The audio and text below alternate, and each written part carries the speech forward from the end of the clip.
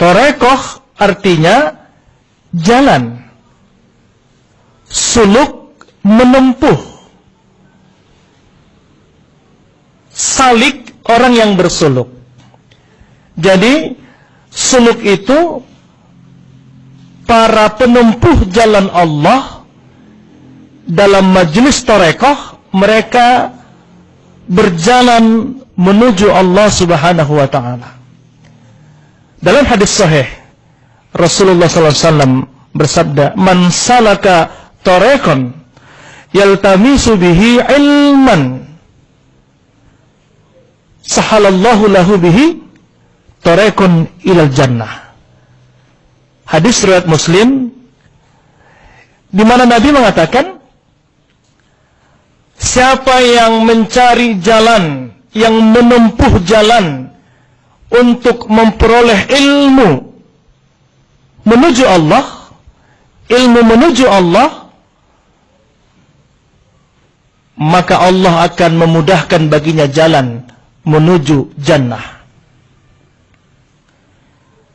Di dalam Al-Quran, dalam surah Al-Ma'idah ayat 35, Allah Subhanahu wa ta'ala berfirman, "Ya ayyuhalladzina amanu taqullaha wabtaghu ilahil wasilah wajahidu fi sabilihi la'allakum tuflihun." Wahai orang-orang beriman, bertakwalah kepada Allah, carilah jalan, carilah wasilah yang membawamu dekat kepada Allah, yang membawamu hampir kepada Allah, dan berjihadlah terhadap jalan itu. Berjihadlah terhadap amalan-amalan wasilah yang membuatmu dekat kepada Allah, sampai kepada Allah, agar kamu memperoleh keberuntungan. Saudaraku yang dirahmati Allah, kalau begitu amalan suluk, amalan torekoh adalah amalan-amalan yang diamalkan para nabi dan rasul, para sahabat, para aulia, para ulama-ulama. Bahkan ini termasuk amalan-amalan pilihan dari orang-orang terdahulu dan orang-orang soleh. Oleh karenanya suluk ini rujukannya Nabi, akhlaknya Rasulullah Sallallahu Alaihi Wasallam. Dalam suluk ada tahapan, ada tahalli, tajalli. Orang datang kemari bertaubat, beristighfar, memohon ampun kepada Allah atas segala kejahilan kemaksiatannya. Kemudian diisi dengan amalan-amalan sunnah. Kemudian diperbanyak zikrullah, karena substansi suluk itu adalah zikrullah, menjaga hati supaya tetap bersambung kepada Allah.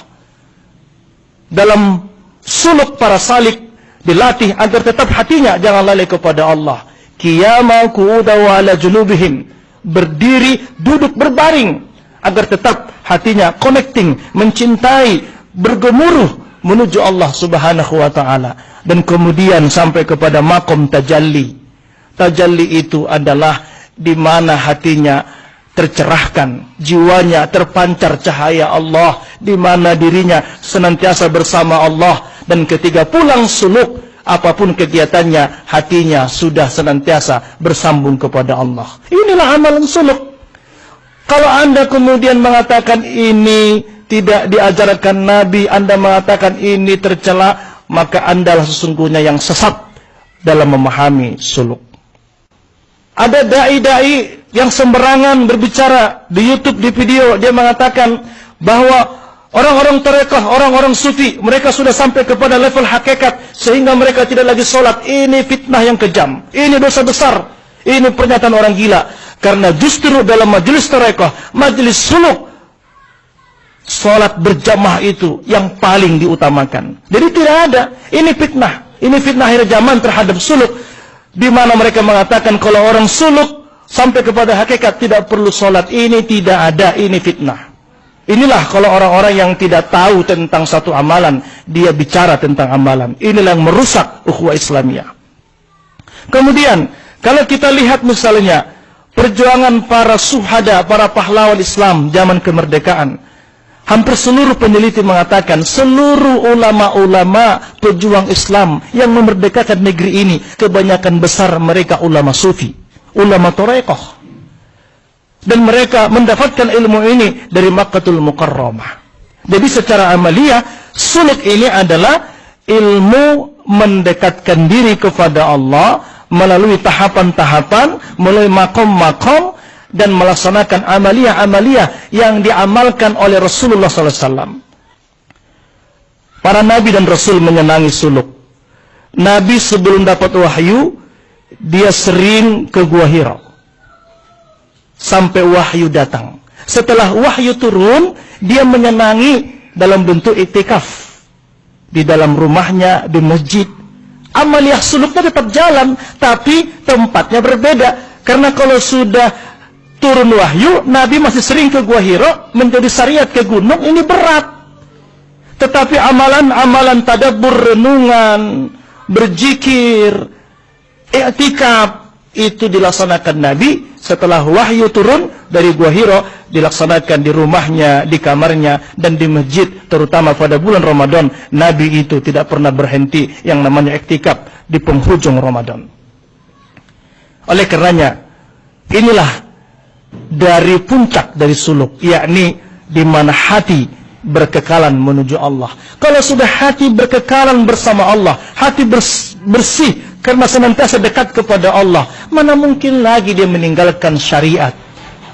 Apa ada orang sampai kepada Allah meninggalkan salat?